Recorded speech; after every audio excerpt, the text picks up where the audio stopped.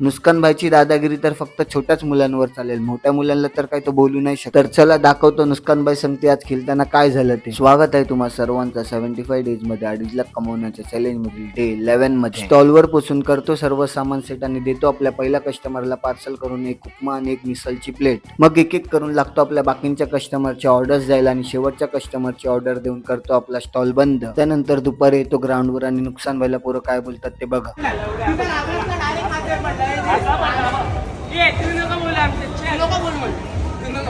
मोठ्या मुलांनी तर त्याला खेळायला घेतलं नाही, तिथून हाकलवूनच टाकलं आणि बारीक पोरांनी पण त्याच्या संगती तेच केलं, त्याला खेळायलाच नाही घेतलं आणि तोच राग त्यांनी मोठ्या पोरांचा बारीक पोरांवर काढला. तर मित्रांनो टॅग करा हे व्हिडिओ तुमच्या एरियातील त्या मित्राला ज्याची भाईगिरी फक्त लहान मुलांवरच चालते. मग संध्याकाळी येऊन सुरू केला आपला खिमा पावता स्टॉल आणि लागलो आपल्या कस्टमरची ऑर्डर्स द्यायला. त्यात मध्ये थोडा आज कस्टमरचा फ्लो स्लो झाला होता, पण नंतर खूप कस्टमरने आपल्या स्टॉलला व्हिजिट केलं. तर आजसाठी एवढंच, भेटूया उद्या.